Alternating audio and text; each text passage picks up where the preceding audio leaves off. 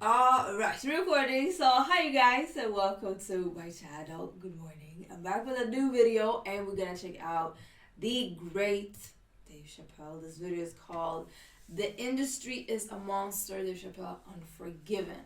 So, I'm not gonna ramble. Let's get straight into this video. Right, you guys. Let's go. Let's go. Let's go. All right, here's the story. I started doing stand-up comedy when I was 14. I'll never forget the first time I was on stage. The guy that introduced me was a guy named J.T. Newton. I'm 47. I can close my eyes and remember the introduction like it was yesterday. It went like this. Ladies and gentlemen, this next young man coming to the stage is starting his comedy career tonight. Who knows?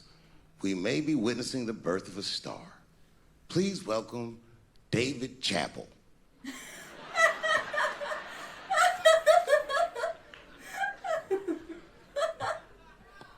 From the first time that I ever held a microphone, I was sure this was it. I knew I was home. I knew I had found my thing.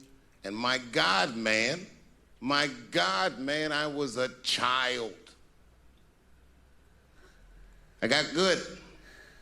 Matter of fact, I was good from the moment I started. And I'm not saying this to be a braggart. I'm telling you the truth. These old niggas was in awe of me.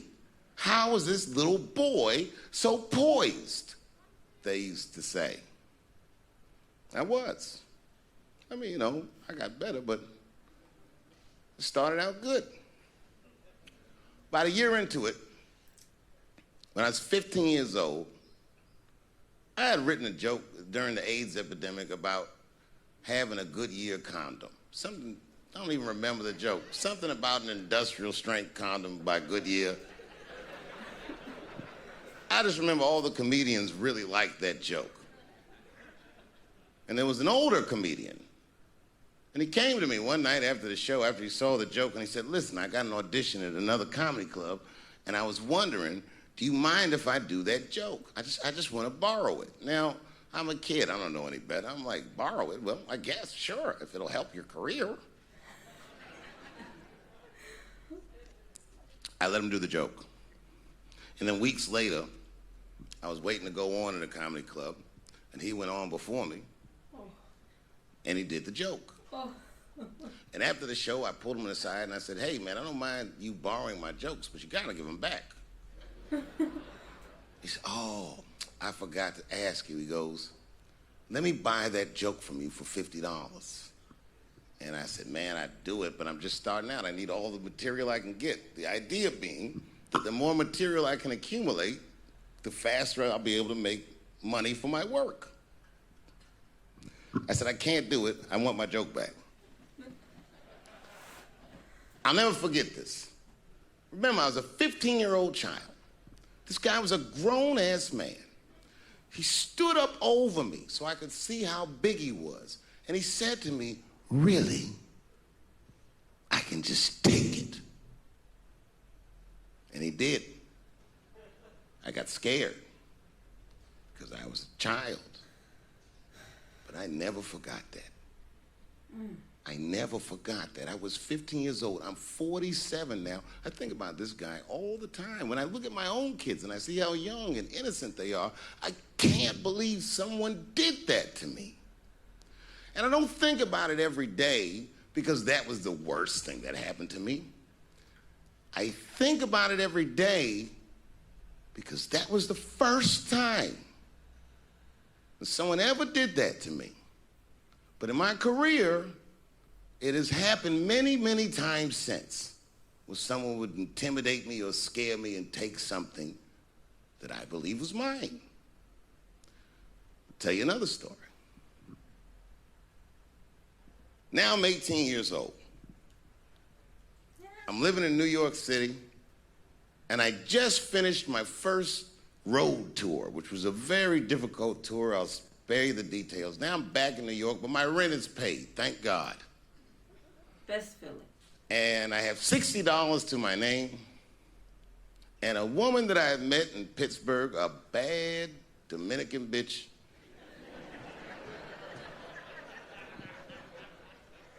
was coming to New York. She was going to spend the weekend with me.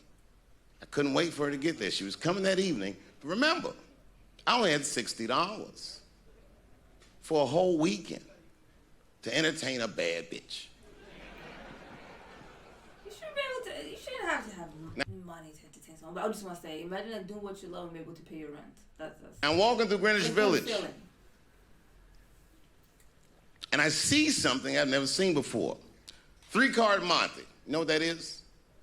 Yeah, the guy had the whole thing. The table was set up, and he had the 3 cards, and the crowd was hooting and hollering, and he was like, find the red card, find the red card. And people were playing. Sometimes they win, sometimes they lose, but it was really exciting, and I'm standing there watching it, and I noticed while I'm watching them play this game that the red card, the one you're trying to find, had just a little bend on the corner.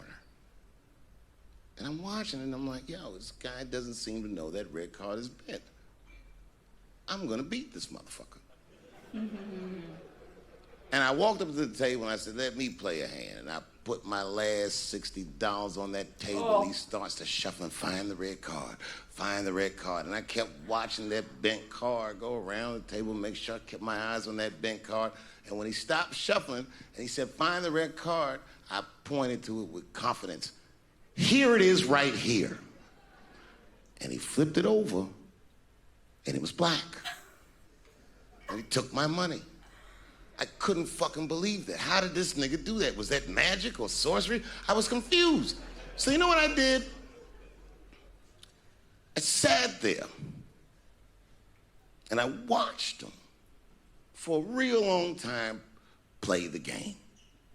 And I realized that all those people who was doing all that hooting and hollering and betting, my God, they were his friends. Yes! They were in on the whole thing. I felt so wronged. I felt so stupid. And then the next sucker came up to the table and was about to put his money down. And I said, fuck that, man. Don't put your money there. All these niggas is in on it. It's a trick. And when I said that, the guy that was dealing, and this motherfucker was huge, snatched me up by my collar. Feel how strong he was when he grabbed me. I was a skinny little guy.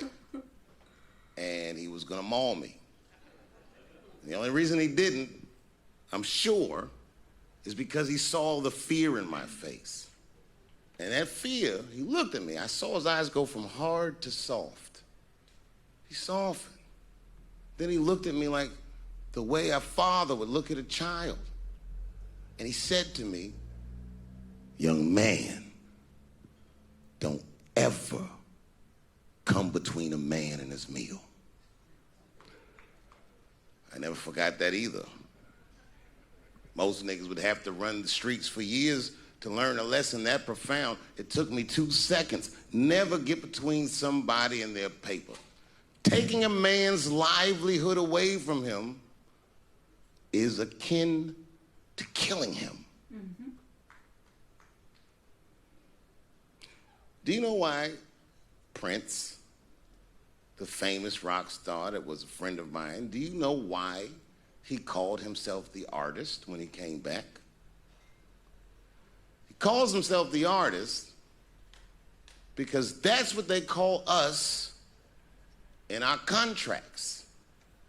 Oh, these contracts are crazy. You should hear the terminology they say in these contracts. To use your name and likeness in perpetuity throughout the universe. Who the fuck could possibly know what that means? Nobody does. It's so complicated, in fact, that when you're a kid like me, you have to hire somebody to tell you what that means. And you sit down at a table and you do the contract game. And that's how I got with Comedy Central. I signed the contract. But I signed the contract the way that a 28-year-old expectant father that was broke signs a contract. I was desperate. I needed a way out. And it wasn't good money and it wasn't good circumstances. But what else am I going to do, I said. And all these white people sitting at that table told me, trust us, Dave, it's a good contract. And I looked around the table and they all seemed to agree it was a good contract. But what What if it was like that game of three-card Monte? What if they were all friends and I didn't know it? And the bag of money was Iceberg's money in the first place. What was I talking about? What was I trying to tell you?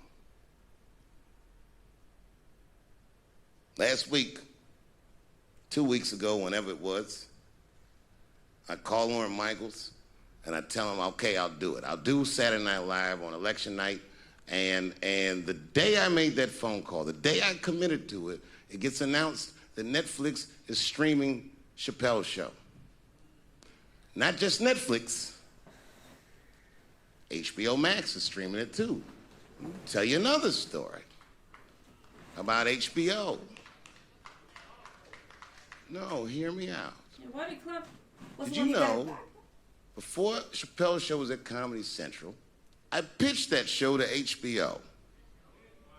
I told them what I wanted to do. Now, these are executives. All they have to do is say, yeah, we'll take it, or no, thank you, we won't. But they didn't say either of those things. They went too far. They said, literally, what do we need you for? That's what they told me, as they kicked me out of the office. What do we need you for? And here we are, all these years later, and they're streaming the very show that I was pitching to them. So I'm asking them, what do you need me for?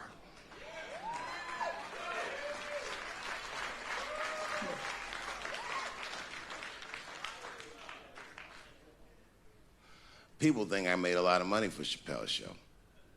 When I left that show, I never got paid. They didn't have to pay me because I signed the contract. But is that right? I found out that these people were streaming my work and they never had to ask me or they never had to tell me. Perfectly legal because I signed the contract. But is that right? No. I didn't think so either. That's why I like working for Netflix.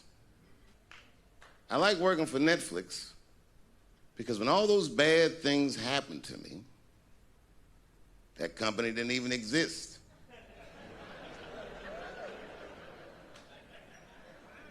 And when I found out they were streaming Chappelle's show, I was furious. How could they not know? So you know what I did? I called them and I told them that this makes me feel bad. And do you want to know what they did? They agreed that they would take it off their platform just so I could feel better. That's why I fuck with Netflix, because they paid me my money, they do what they say they're gonna do, and they went above and beyond what you could expect from a businessman. They did something just because they thought that I might think that they were wrong. And I do. I think if you are fucking streaming that show, you're fencing stolen goods. They stole that from me. They just took it. And I'm not up here trying to tell you guys that I believe that Comedy Central gave me a raw deal just because I'm black. I believe that they gave me a raw deal because this fucking industry is a monster. It's the same monster that these Me Too bitches was trying to tell you about. But they hate the monster for how it fucks. And I hate that monster for how it eats. But my God, man, it's the same monster. When I quit the show, all my friends would say, well, fuck them, Dave. Why don't you just do Chappelle's show at another network? Yeah. And why doesn't a slave run from one plantation to another plantation because the master over there might be nicer? My God, man, I was trapped. You know what? Tell you the truth. I've even thought about coming back and doing another Chappelle show. Well, but if I do, I can't call it Chappelle's show because my name and likeness is being used by them in perpetuity throughout the universe. It's in the contract.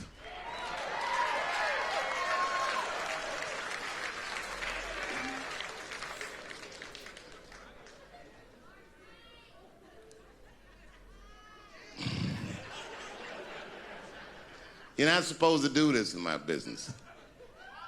I'm up here doing something that nobody else in this business has the balls to do. I'm telling you something that you need to know. I'm trying to explain to you what you're seeing. You don't understand what you're seeing. I am publicly flogging a network. And I know that this network niggas, they watching me and they saying, why are you doing this so publicly? Doesn't feel good to be flogged publicly. Oh, believe me, I know. I know exactly how that feels. When I quit my show, they said I was crazy. What was crazy about it? I just didn't want to do it anymore. They said I smoked crack. That's impossible. I was a devout Muslim. I didn't smoke or drink. But I do now, bitch, because you ruined my fucking life. Now it's their turn. This is their first nigga lesson, and I'm honored to give it to them. They're gonna pay me for this show. I called my agent. I said, is there anything I can do about this show? And he said, no. Well, fuck you too then. If you want something done right, I guess you gotta do it yourself. So I'm not going to the agents. I'm coming to my real boss. I'm coming to you. I'm begging you. If you ever liked me, if you ever think there was anything worthwhile about me, I'm begging you, please don't watch that show. I'm not asking you to boycott any network. Boycott me. Boycott Chappelle's show. Do not watch it unless they pay me.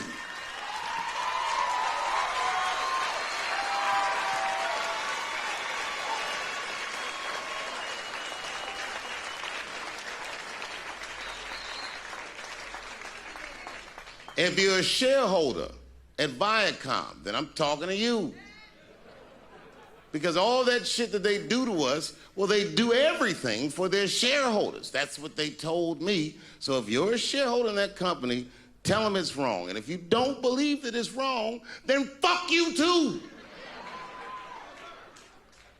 should know what's in the hot dogs you eat.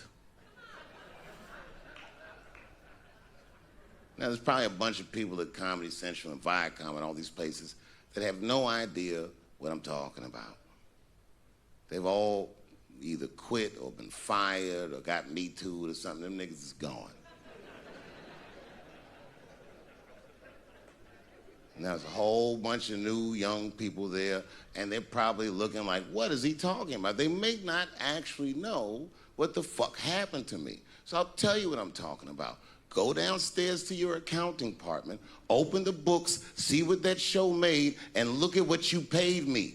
That's exactly what I'm talking about. You're going to pay me.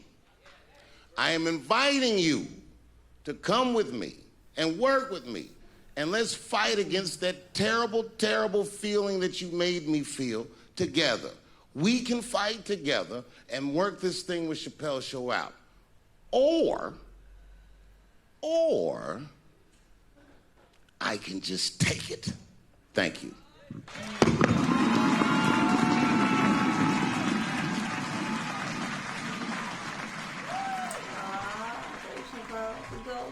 He got it now, right? He owns it. He got it back, right? Now, this was deep. I feel like I had so much to say in between. It's just like a little story, roller coaster. This is what we need, though. Happy that he came back. And that he owns his name, his work. Imagine someone else making money off your name and you cannot use it. It's crazy. And they're aware that you're not aware when you're signing the contract. It's crazy. But what do I know? I hope you guys enjoyed this video as much as I did. Dave Chappelle, the great. Like, comment, subscribe, all the good stuff. And hopefully I'll see you in another video. Appreciate you watching. Bye. And also, by the way, like, I agree with that. Don't come between a man and his meal. Like, even if you might not agree with what that person is doing, you don't know why that person is doing it, for the reasons. So it's easy to judge someone, and really, when you judge someone, that means that you're in a pretty comfortable position yourself to be able to just sit back and look at someone else. That means that you got it together somehow, but I know when he said that meal, I remember when I was a kid and we couldn't even afford a carton of milk. I was probably like 7. I was just laying on the floor. Milk. But I know how it is. So just to have your lights shut down when you get home from school, and just the basic things. Just have your rent paid. Have some food. Like, that's all you need. Then do what you love and make some money from it. I mean, that's life right there. So yeah, definitely don't go between a man and his next meal, because they might not know what it is, and you might be comfortable eating your food and just judging them like constantly. Anyways, I'm gonna stop rambling. Appreciate you guys.